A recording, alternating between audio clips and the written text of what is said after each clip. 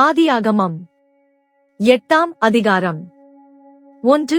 தேவன் நோவாவையும் அவனுடனே பேழையிலிருந்த சகல காட்டு மிருகங்களையும் சகல நாட்டு மிருகங்களையும் நினைத்தருளினார்.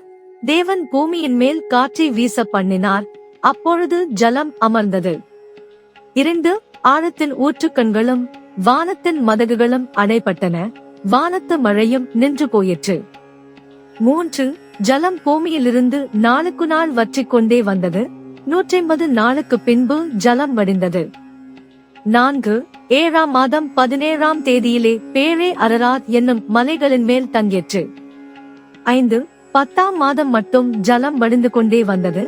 10ஆம் மாதம் முதல் தேதியிலே மலைச்சிகரங்கள் காணப்பட்டன. 6. 40 நாள் சென்றபின் நோவாதான் பேழையில் செய்திருந்த ஜன்னலை திறந்து 7. ஒரு காகத்தை வெளியே விட்டான். அது புறப்பட்டு பூமியின் மேல் இருந்த ஜலம் வற்றி போகும் வரைக்கும் போகிறதும் வருகிறதுமாயிருந்தது. 8. பின்பு பூமியின் மேல் ஜலம் குறைந்து போயிற்றோ என்று அறியும்படி ஒரு புறாவை தன்னிடத்திலிருந்து வெளியே விட்டான். 9. பூமியின் மீதெங்கும் ஜலம் இருந்தபடியால் அந்த புறா தன் உள்ளங்கால் வைத்து இளைப்பாற இடம் காணாமல் திரும்பி பேழையிலே அவனிடத்தில் வந்தது. அவன் தன் கையை நீட்டி அதை பிடித்து தன்னிடமாக பேழைக்குள் சேர்த்து கொண்டான். 10. பின்னும் 7 நாள் பொறுத்து மறுபடியும் புறாவை பேழையிலிருந்து வெளியே விட்டான். 11. அந்த புறா சாயங்காலத்தில் அவனிடத்தில் வந்து சேர்ந்தது. இதோ, அது கொத்திக் கொண்டு வந்த ஒரு ஒலிவ மரத்தின் இலை அதன் வாயில் இருந்தது. அதனாலே நோவா பூமியின் மேல் ஜலம் குறைந்து போயிற்று என்று அறிந்தான். 12. பின்னும் 7 நாள் பொறுத்து அவன் புறாவை வெளியே விட்டான். அது அவனிடத்திற்கு திரும்பி வரவில்லை. 13.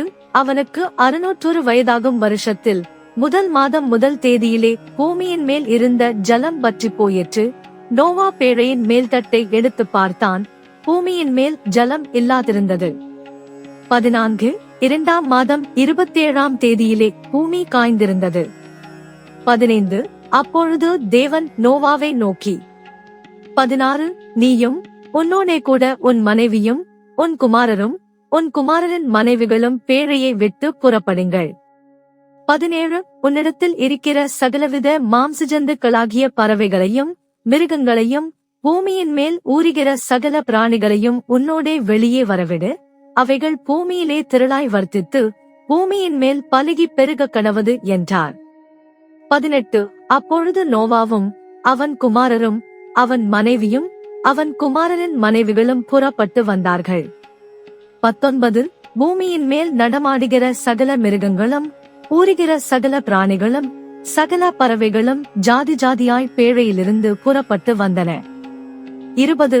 அப்பொழுது நோவா கர்த்தருக்கு ஒரு பலிபீடம் கட்டி சுத்தமான சகல மிருகங்களிலும் சுத்தமான சகல பறவைகளிலும் சிலவற்றை தெரிந்து கொண்டு அவைகளை பலிபீடத்தின் மேல் தகன பலிகளாக பலியிட்டான். 21. சுகந்த வாசனையை கர்த்தர் முகர்ந்தார். அப்பொழுது கர்த்தர், இனி நான் மனுஷன் நிமித்தம் பூமியை சபிப்பதில்லை. மனுஷனுடைய இருதயத்தின் நினைவுகள் அவன் சிறுவயது தொடங்கி பொல்லாததாயிருக்கிறது. நான் இப்பொழுது செய்தது போல இனி சகல ஜீவன்களையும் சங்கரிப்பதில்லை. 22. பூமியுள்ள நாளளவும் விதைப்பும் அறுப்பும் சீதளமும் உஷ்ணமும் கோடை காலமும் மாரிகாலமும் பகலும் இரவும் ஒழிவதில்லை என்று தம்முடைய உள்ளத்தில் சொன்னார்.